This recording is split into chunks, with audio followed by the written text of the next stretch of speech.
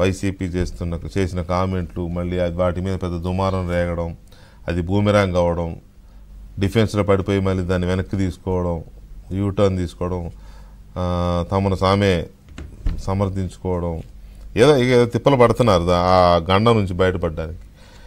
మరోవైపు ప్రభుత్వం వైపు నుంచి చెయ్యకూడని తప్పు ఒకటి చేశారు, అది ఉద్దేశపూర్వకంగా చేశారు.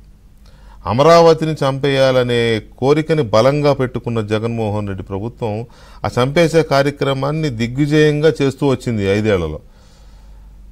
అక్కడ 75% పూర్తయిన క్వార్టర్స్,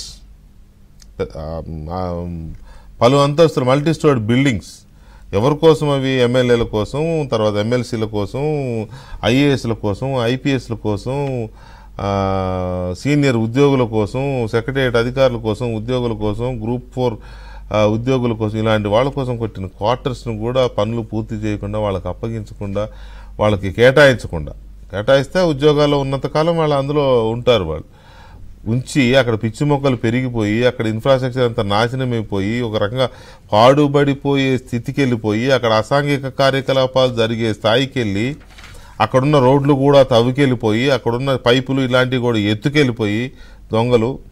ఇంత జరుగుతుంటే చూస్తూ ఊరుకొని ఇప్పుడు తాజాగా దాని మీద మేము అది వాళ్ళకి ఇచ్చేసాం, వాళ్ళు ఉంటున్నారు, కాపురాలు ఉంటున్నారు అందులో. ఎవరు?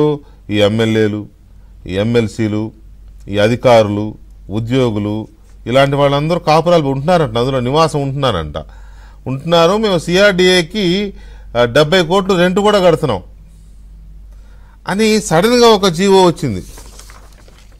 సడన్గా అది కూడా ఎప్పుడు నిన్ననే 13/2/2024 జీవో ఎంఎస్ నంబర్ 10 ఈ జీవో వచ్చింది.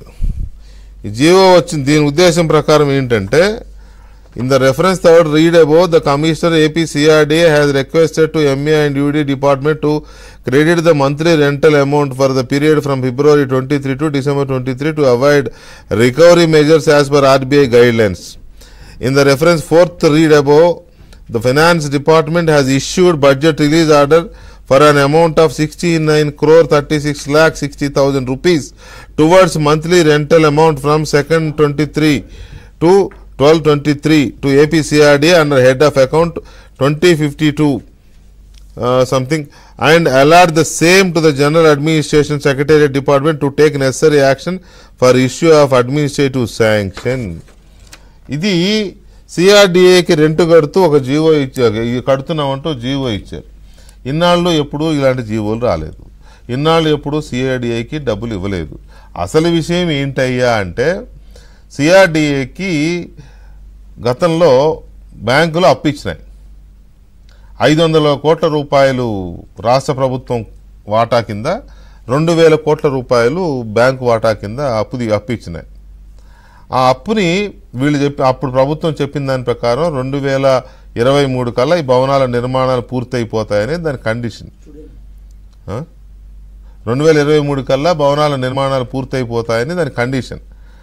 ఒకవేళ అందులో అగ్రిమెంట్లో ఉన్న కండిషన్ ఏంటి? 2023 కల్లా అవి పూర్తి అవ్వకపోతే అప్పు మొత్తం కట్టేయాలి వెంటనే. అప్పు మొత్తం 2,000 కోట్ల రూపాయలు వెంటనే తీర్చేయాలి, అది కండిషన్. వీళ్ళు పూర్తి గాలికి వదిలేశారు కదా. గాలికి వదిలేయడమే కాదు, ప్రభుత్వం వాటా కింద ఇవ్వాల్సిన 500 కోట్లు కూడా ఇవ్వలేదు కాబట్టి ఆ గడువు పూర్తయిపోయింది. ఆ భవనాలు ఎక్కడికక్కడ జ్ఞాపకాలుగా అలా ఉండిపోయినాయి ప్రస్తుతానికి. మరి రేపు గవర్నమెంట్ మారిన తర్వాత పూర్తి చేస్తారు, అది వేరే విషయం. కానీ ప్రస్తుతానికైతే అక్కడ పిచ్చి మొక్కలు మొలిసి ఇదంతా పాడైపోయినాయి. ఇప్పుడు ఆ అప్పు కట్టాల్సి వస్తుందని ఎంత దారుణం అంటే, ప్రభుత్వం ఒక ఉత్తర్వుని, ఒక జీవో అంటే నిజంగా చట్టం అండి. GO is nothing but N act. ఒక చట్టాన్ని ఇచ్చేశారు, అప్పటికప్పుడు తయారు చేసి 70 కోట్లు అద్దె కడుతున్నామని. మరి వీళ్ళకి 70 కోట్లు అద్దె కడితే నువ్వు నెల వాళ్ళకి ఇస్తున్న అలవెన్స్లు ఏంటి? ఎందుకు? ఎమ్మెల్యేలకి, ఎమ్మెల్సీలకి, ఐఏఎస్లకి, ఐపీఎస్లకి, మిగతా ఉద్యోగులందరికీ రెంటల్ అలవెన్స్ హెచ్ఆర్ఏ కింద ఇస్తున్నావు కదా, అవి ఇవ్వడానికి లేదు. ప్రభుత్వం వసతి కల్పిస్తే వాళ్ళకి అలవెన్స్లు ఇవ్వకూడదు. కానీ నెల 40 కోట్ల రూపాయలు వాళ్ళకి అలవెన్స్ల రూపంలో చెల్లిస్తున్నారు. అవి రికవరీ చేస్తారా, లేకపోతే ఇవి తప్పని ఒప్పుకుంటారా అనేది ఇప్పుడు తేలాలి. రైట్. దీని మీద మనతో చర్చలో సీనియర్ జర్నలిస్ట్ గోస